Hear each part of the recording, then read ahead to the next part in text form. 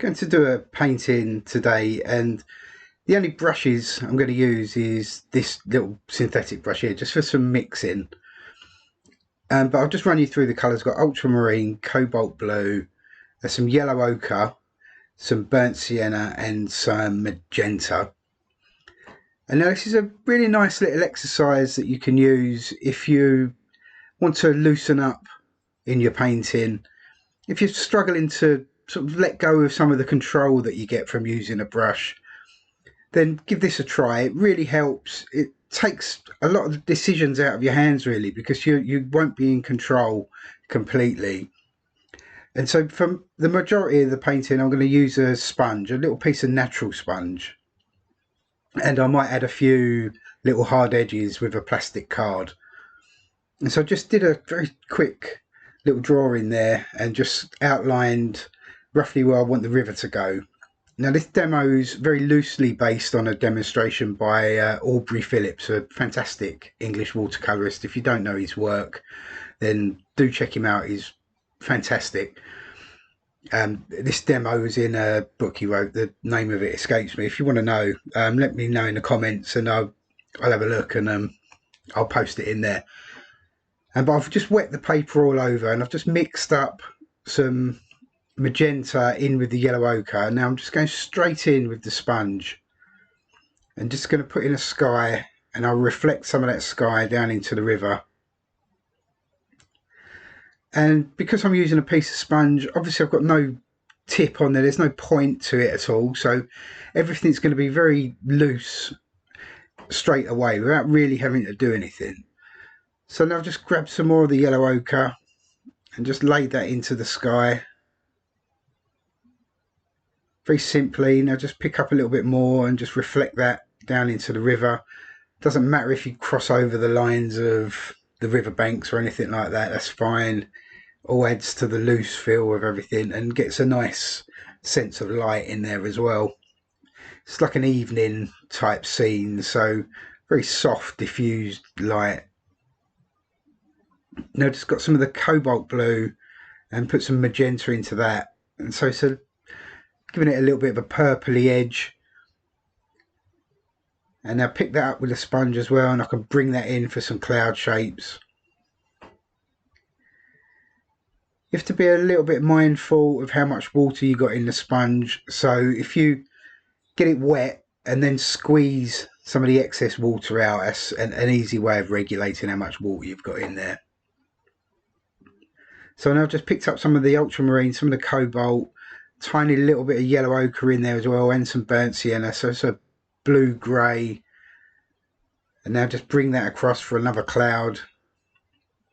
And you can drag the sponge across the paper, you can dab it as well in places, and again just reflect some of that down into the river.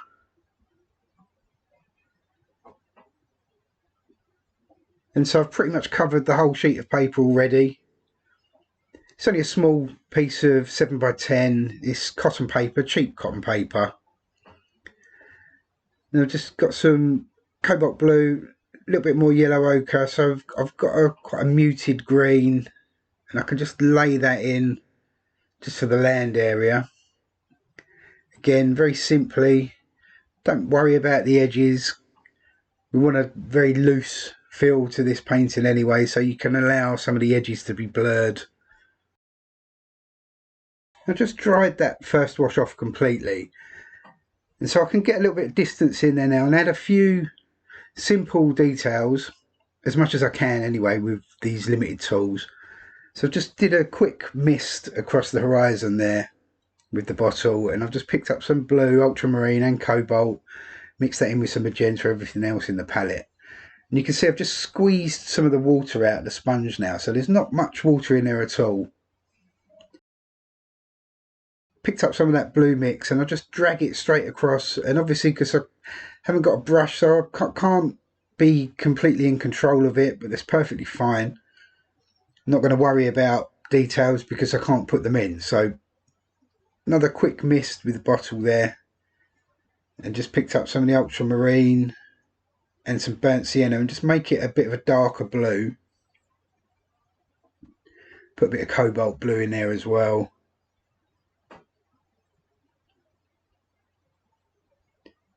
And another quick spray with a mist bottle, and I've just picked up some of that blue mix there.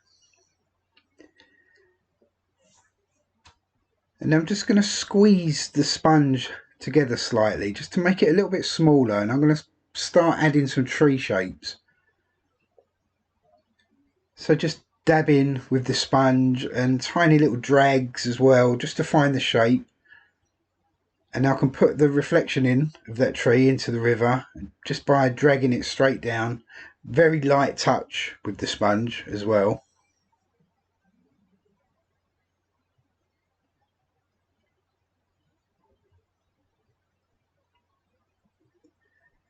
It's very nice working in this way. You have to keep everything simple because you haven't really got much choice but to do that, but it really does help you loosen up. Now I can bring some of that blue in, and it's a tiny little bit darker than the distance, so just laying that in, leaving some of the distance there just shining through behind.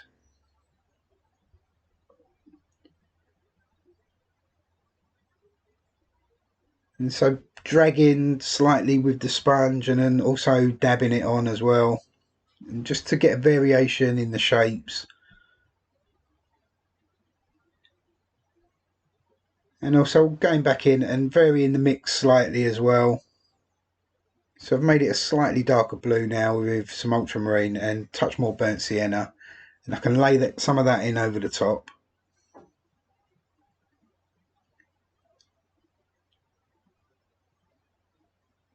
And I get a tiny little bit of form in that larger tree.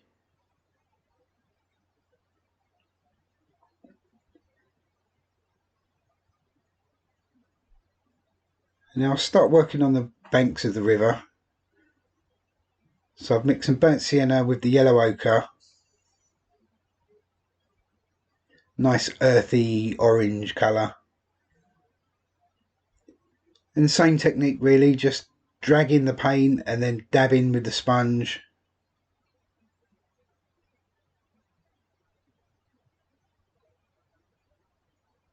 Just looking at the overall shapes that are forming. And same on the right hand side.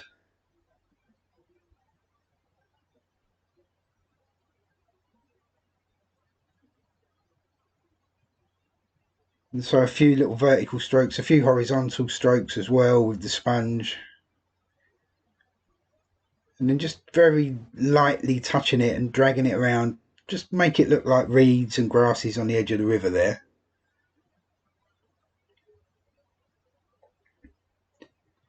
So more blue, more burnt sienna, now getting a little bit darker. So always getting progressively darker as I go. And I can touch some of that into the wet paint and drag that down.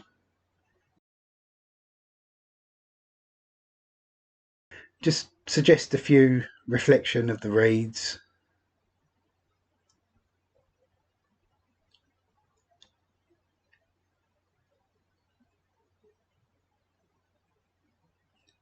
There's always something nice, I think, about the marks that a natural sponge makes. I always find it quite pleasing, really. Now, it does take a little bit of practice getting used to this, so if you've never done this before, I wouldn't expect to be able to do it straight away, but persevere, have a couple of goes, maybe on the back of an old painting.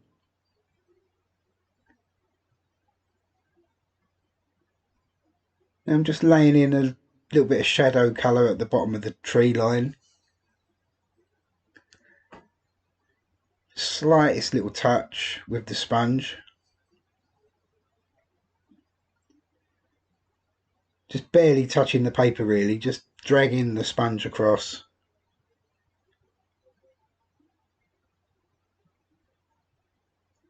Now the painting's starting to take shape, but I'll just try and get a few hard edges in now, just using a plastic card.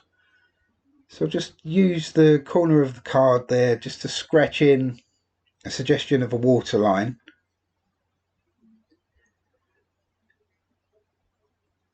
And the paint's dried very quickly actually. I've got my heating on, it's quite a cold day, so it is drying quite quickly. But it's made a few little marks there, so I can work with that. Now just go back in with a sponge. I think I'll just add a tiny little bit more definition on the larger tree, mainly really, just to make it a bit more of a focal point.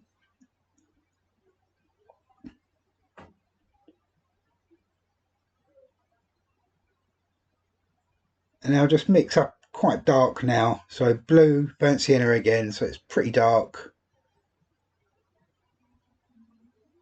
And I can touch some of that in across those reeds.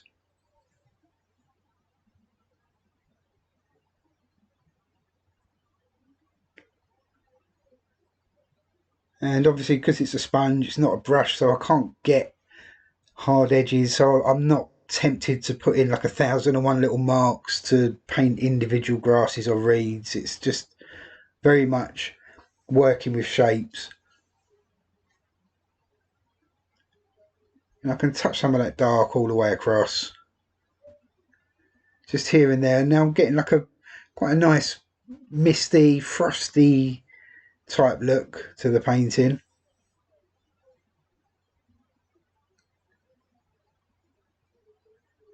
And now I've gone darker still, and it's quite thick paint now, and I just pick that up on the edge of the card there. And I can just lay in a couple of hard edges. I just picked up some blue as well as the burnt sienna.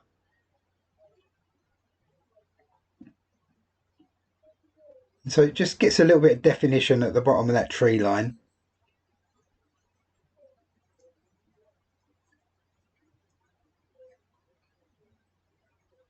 And I can flick that paint up as well while it's still wet.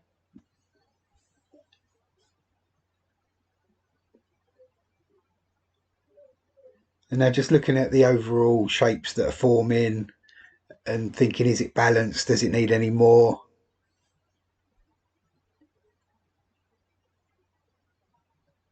So more blue, more burnt sienna, and again just on the edge of the card. Now I can just start to define the water's edge and get a couple of little hard edges just in those grasses. I don't want to do too many. And so laying paint on with the card and then flicking it around.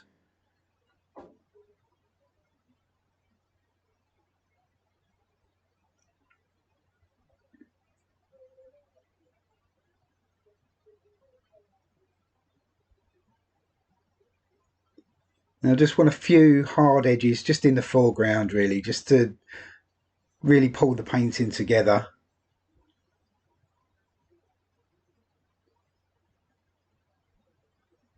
Now I think we're almost there.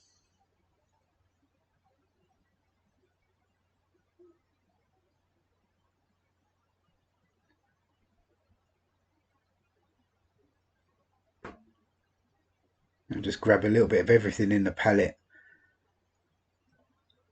And just a few little horizontal type marks just to really outline the edge of the water. I can drag them up and then also drag them down into the reflections.